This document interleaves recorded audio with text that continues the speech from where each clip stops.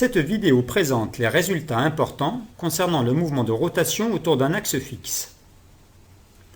Nous prenons l'exemple d'un compresseur d'air, dont on voit ici l'animation, est composé de trois ensembles de solides en mouvement, le vilebrequin 1, le piston 3 et la bielle 2. On donne le schéma cinématique dans le plan et on peut définir le graphe des liaisons et les différentes figures planes. On s'intéresse ici au mouvement du vilebrequin 1 par rapport au bâti 0. Le mouvement de rotation autour d'un axe fixe se caractérise par un solide pour lequel un ensemble de points possède une vitesse nulle. C'est le cas pour le mouvement de 1 par rapport à 0. En effet, tous les points appartenant à l'axe OZ0 du vilebrequin restent fixes au cours du temps. Le vilebrequin a donc un mouvement de rotation autour de l'axe OZ0. On observe que pour les points situés en dehors de l'axe OZ0, la trajectoire est circulaire. À partir de la figure plane sur laquelle on a représenté le paramètre angulaire alpha, on peut définir le vecteur rotation oméga de 1 par rapport à 0. La dérivée du paramètre angulaire alpha par rapport au temps est la vitesse angulaire que l'on note alpha point. Ainsi, oméga de 1 par rapport à 0 est égal à alpha point Z0.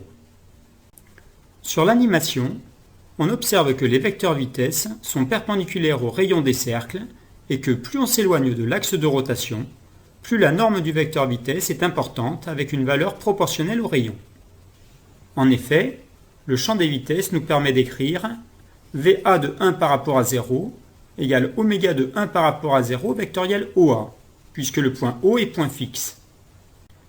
Les résultats du produit vectoriel montrent que VA est perpendiculaire à oméga et au rayon OA, ce qui correspond bien à une direction tangente au cercle. Sa norme est égale au rayon OA fois le vecteur oméga.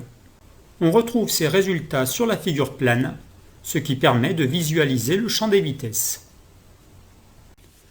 Le calcul donne VA de 1 par rapport à 0 égale R alpha point Y1. On peut facilement retrouver ce résultat sur la figure de paramétrage.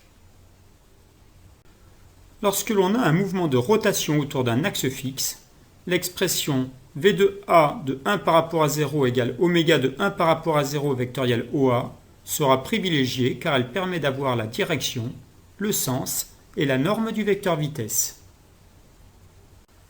Pour calculer l'accélération du point A de 1 par rapport à 0, on dérive le vecteur vitesse trouvé précédemment par rapport à 0. On obtient alors deux termes d'accélération. Une accélération tangentielle qui vaut le rayon R fois alpha de point et qui est perpendiculaire au rayon. Alpha de point correspond à une accélération angulaire en radians par seconde carrée. Et une accélération centripète qui vaut R fois alpha point carré, dirigée vers l'axe de rotation. Alpha point carré correspond à la vitesse angulaire au carré. Il est important de retenir qu'à vitesse de rotation constante, il existe pour un point quelconque une accélération non nulle.